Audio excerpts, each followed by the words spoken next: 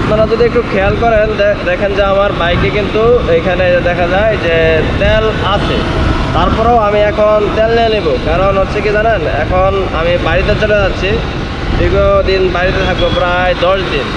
কথা হচ্ছে আমি সবসময় চেষ্টা করি একটা পেট্রোল পাম্প থেকে তেল নেওয়ার, যার ফলে আজকে বাইকে তেল একদম লোড করে নিয়ে যাবো, যাতে এই 10 দিনের মধ্যে আমার আর তেল না নিতে হয় কোনো জায়গা থেকে। আর একটা জায়গা থেকে তেল নিলে হয় কি, দেখা যাচ্ছে বাইকটা একই রকম সার্ভিস দেয়, কারণ তারাও পেট্রোল পাম্প কিন্তু সবসময় একই জায়গা থেকে তেল আনে, তার ফলে দেখা যায় বাইকের সাথে তেলের ওটা অ্যাডজাস্ট হয়ে যায় আর কি। আর যদি আপনার বিভিন্ন জায়গা থেকে তেল নেন, তাহলে দেখা যায় যে এক পেট্রোল পাম্পের তেল ভালো, এক পেট্রোল পাম্পের তেল খারাপ, সব কিছু মিলে দেখা গেছে এটা এফআই বাইক হোক বা কার্বোরেটর বাইক হোক, সব এফআইও ঝামেলা করে, কার্বোরেটরেও ঝামেলা করে। তো আপনারা চেষ্টা করবেন সবসময় একই পেট্রোল পাম্প থেকে তেল নেওয়ার, এতে করে আপনার বাইকটা ভালো সার্ভিস দেবে আর কি। জানি না আপনার হচ্ছে সিটির তেল 100% ভালো না খারাপ, তারপরও আমি চেষ্টা করি সবসময় এই সিটির থেকে তেল নেওয়ার। আর সিটির তেল মোটামুটি ভালোই, খারাপ না, অনেকেই নেয় এখান থেকে। আমার ভাই ব্রাদার পরিচিত যারা আছে সবাই না, কিছু মানুষ নেয় আর কি। তারপর আমি এখান থেকে নেওয়ার চেষ্টা করি। আর আমার বাসা এমন একটা জায়গায়, এখান থেকে তেল নিলে আমার জন্য একটু সুবিধা হয় আর কি, যার ফলে এখান থেকে তেল নেই।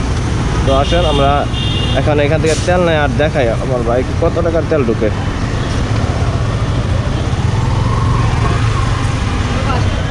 তেল আছে, তারপর দেখি কত টাকা ঢুকে।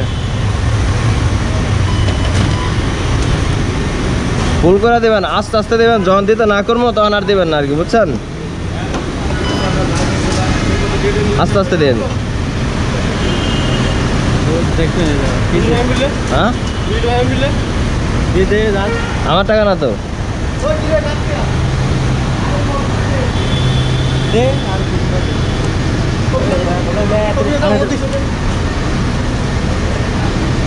দেন 700 টাকা দেন, 700 টাকা। বুঝলাম না, তেল তো এত টাকা ঢোকার কথা না বড় ভাই।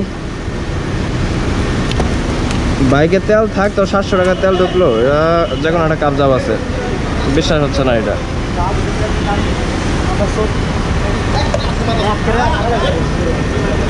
হ্যাঁ বড় ভাই, মারামারি করেন কে? টাকা দেন। এত টাকার তেল তো ঢোকার কথা না বড় ভাই, এটা একটু চেঞ্জ করে দেন। বড় ভাই, এটা চেঞ্জ করে দেন। বড় ভাই, মারামারি না করে এটা একটু চেঞ্জ করে দেন। 700 টাকার তেল নিয়ে নিলাম।